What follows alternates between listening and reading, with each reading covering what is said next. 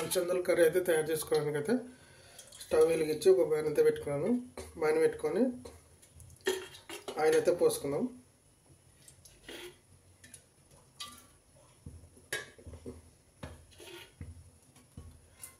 రెండు టేబుల్ స్పూన్లు అయితే ఆయిల్ అయితే వేసుకున్నాను. ఒక టేబుల్ స్పూన్ ఆవాలు,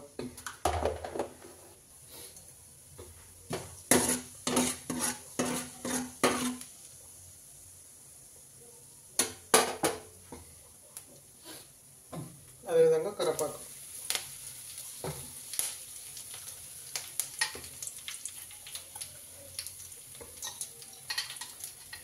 రెండు పచ్చిమిర్చి అయితే చీల్చి వేసుకుంటున్నాను. అదేవిధంగా రెండు ఆనియన్స్ పెద్దవి కోసుకొని వేసుకుంటున్నాను.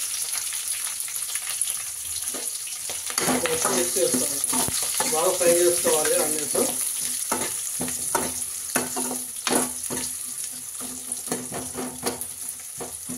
మీడియంగా బాగా ఫ్రై చేసుకోవాలన్నమాట ఆనియన్స్.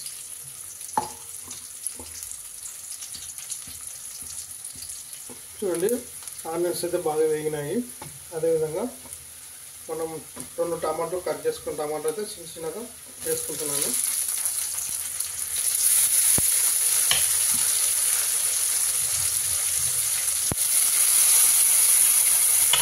వేసుకొని మొత్తం కలిపేస్తున్నాం.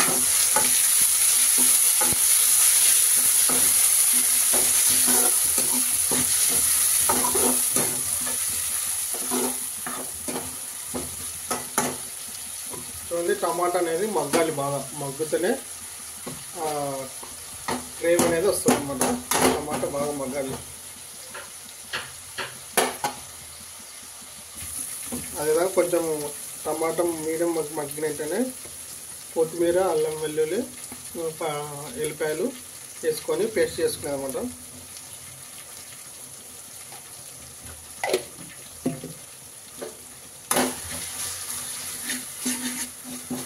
మొత్తం మిక్స్ అయితే చేసుకోవాలి.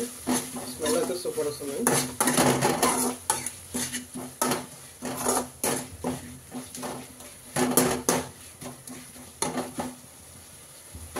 అంతా మీడియం సైజ్ మీడియంలోనే వంట పెట్టుకొని వేసుకోవాలండి.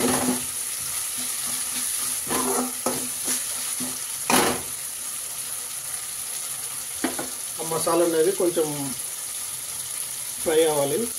నెక్స్ట్ అయితే పసుపు వేసుకుందాం.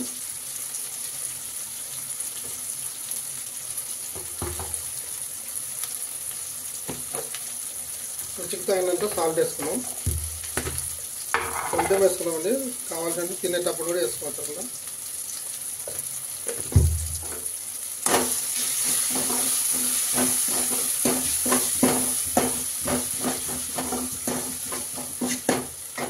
వెంటనే కారం వేసుకుందాం.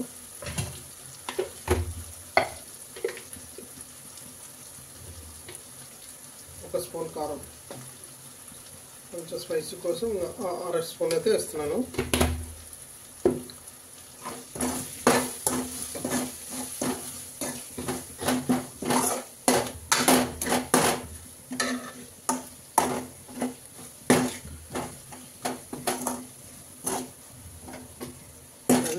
ఇంకా గ్రేవీ అవుతుంది.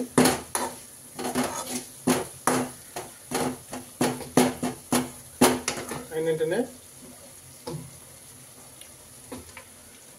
ఒక గంట 2-3 గంటలు నానబెట్టి 3-4 విజిల్తో కుక్కర్లో వేసుకొని ఇదే కుక్కర్లో వేసుకొని తీసుకున్నాను అనమాట.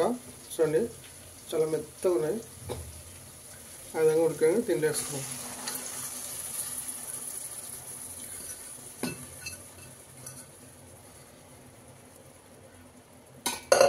వేసుకొని అయితే మొత్తం కలిపేసుకున్నాం.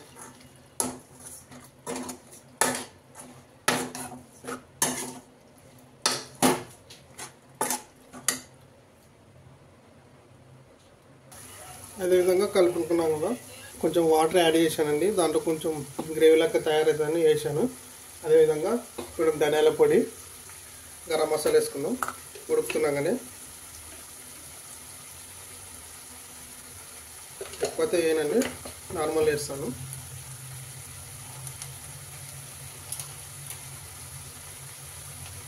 ఇది గరం మసాలా అండి.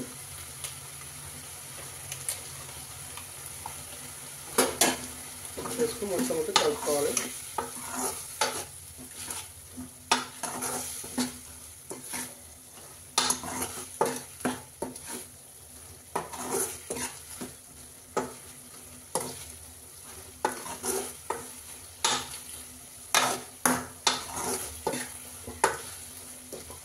బాగా దగ్గరికి అయితే వేయించండి. వాటర్ అనేది అయిపోయింది, గ్రేవీ అయితే అయింది. అయితే పూరీలకు కానీ చపాతీలకు కానీ రైస్ లేక సూపర్ ఉంటుంది.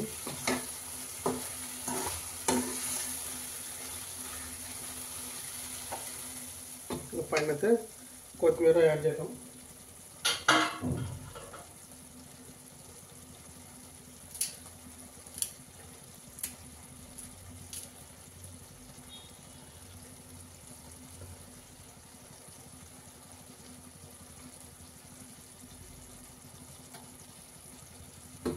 కొత్తిమీర యాడ్ చేసి కలుపుకోండి.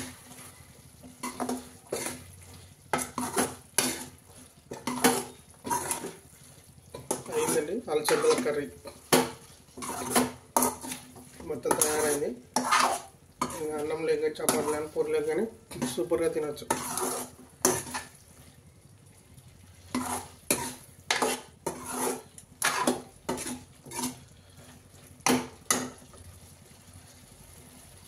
స్టవ్ అయితే ఆఫ్ చేస్తున్నాను.